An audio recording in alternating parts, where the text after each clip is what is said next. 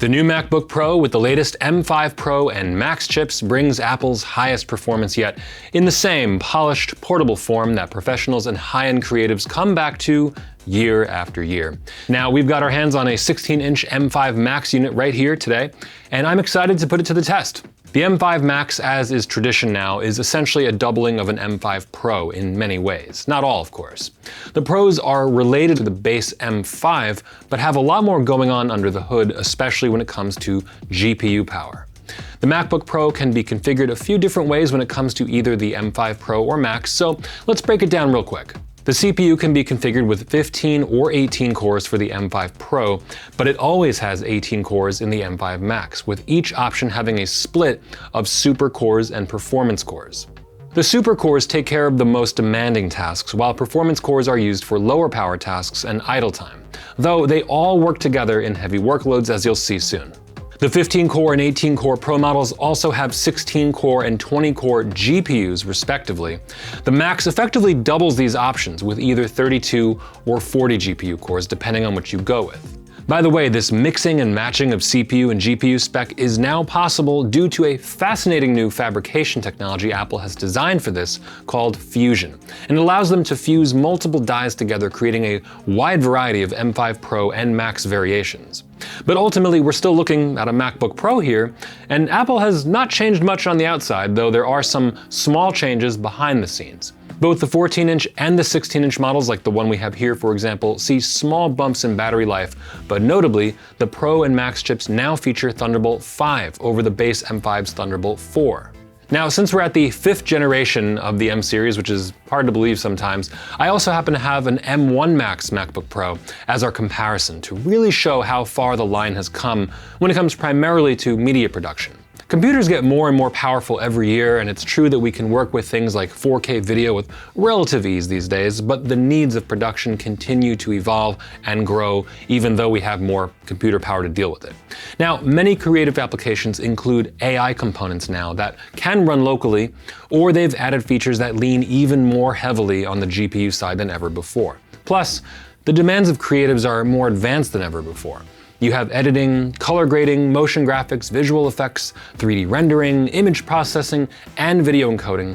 All of it can happen on the same device, and it's often a small team or even an individual who needs to harness all that power.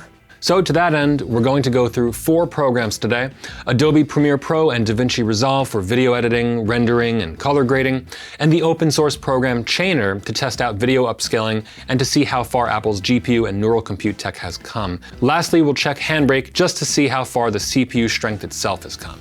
We'll start in Premiere with a recent real-world project.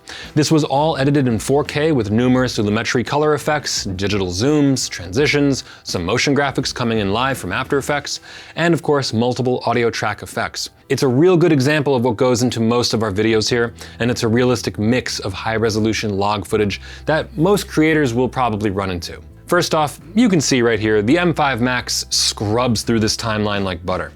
Proxies are off, so this is a straight read from the original 4K HEVC files.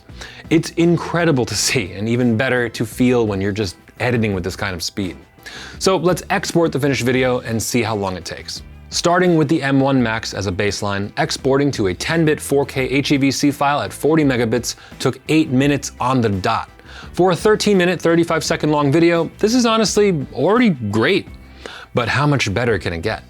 Exporting the same video on the M5 Max, 4 minutes, 36 seconds. Nearly half the time, or in other words, 1.7 times faster. Moving on, DaVinci Resolve has a very different balance of CPU and GPU usage compared to Premiere, and it also has several AI-driven tools that can easily push even the most powerful systems. So this test was simple, a modestly color-graded demo that makes heavy use of Resolve's AI ultra noise reduction. When scrubbing through the timeline, you can see already how taxing this is even on the M5 Max.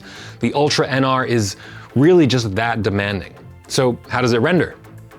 Again, we started with the M1 Max. Exporting to a 4K HEVC file took an excruciating 17 minutes, 16 seconds for a 1 minute, 25-second clip. Yes, AI denoising is slow. The M5 Max, however, cut this down to 7 minutes, 41 seconds, finishing nearly 2.25 times faster. This kind of work is still going to take you some time, but the progress since then is undeniable. Next up, something different. AI video upscaling is a very demanding task for any computer, and it's largely GPU dependent. With the M5 Max, Apple has done a lot of work towards improving TOPS from both the GPU and neural processor, plus each GPU core has its own neural accelerator. Now, using the open source Chainer application, I loaded a custom upscaling model, bringing a 1080p video to 4K.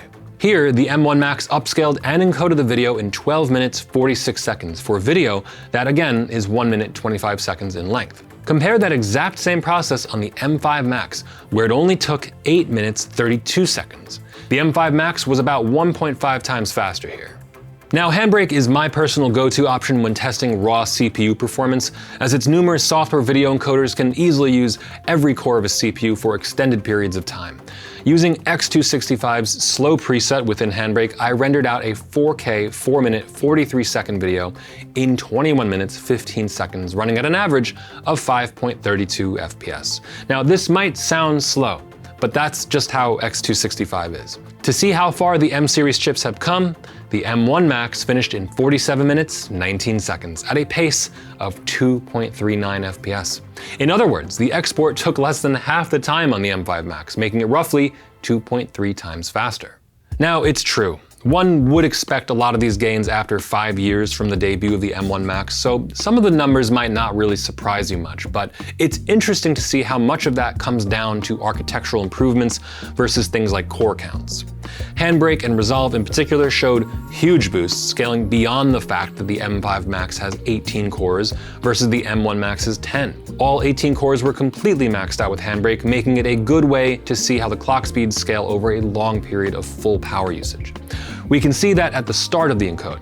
The clock speed briefly spikes to 4.32 GHz, but almost instantly drops to around 3.4 or so. About a minute into the encode, it drops again and throttles down to around 2.8 GHz for the majority of the task, only occasionally spiking back up.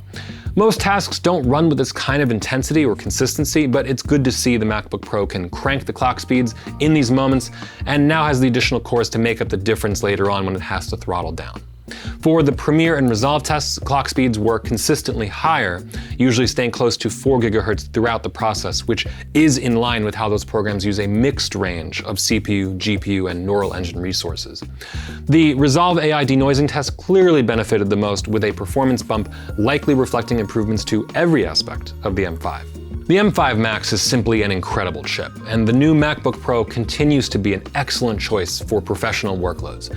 The best parts of the MacBook Pro, such as the Liquid XDR Retina display, are a case of if it ain't broke, don't fix it. But it's really cool to see how the year after year improvements have become monumental and cumulative when compared to the first generation. I highly recommend the 2026 MacBook Pro to any serious photographer, video editor, content creator, graphic artist, developer, and given the overall power of this thing, it's hard to think of any professional who wouldn't feel comfortable with it. We're also at the point where those who might have been early adopters into Apple's ARM chips might want to seriously consider an upgrade to the M5 Pro or Max chips. So let us know in the comments below what you think of the new MacBook Pro. I'm Doug with B&H, and I'll see you next time.